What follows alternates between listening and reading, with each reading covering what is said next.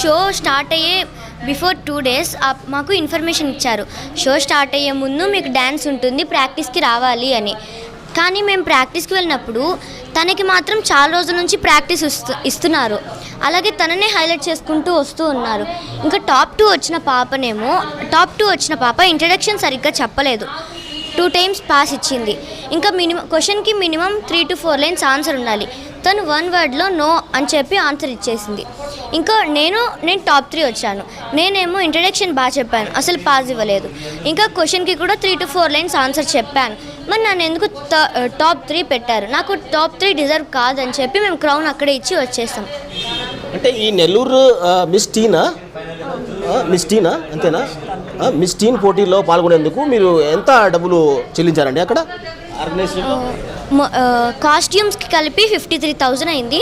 మొత్తం టోటల్గా కలిపితే 1,50,000 అయింది.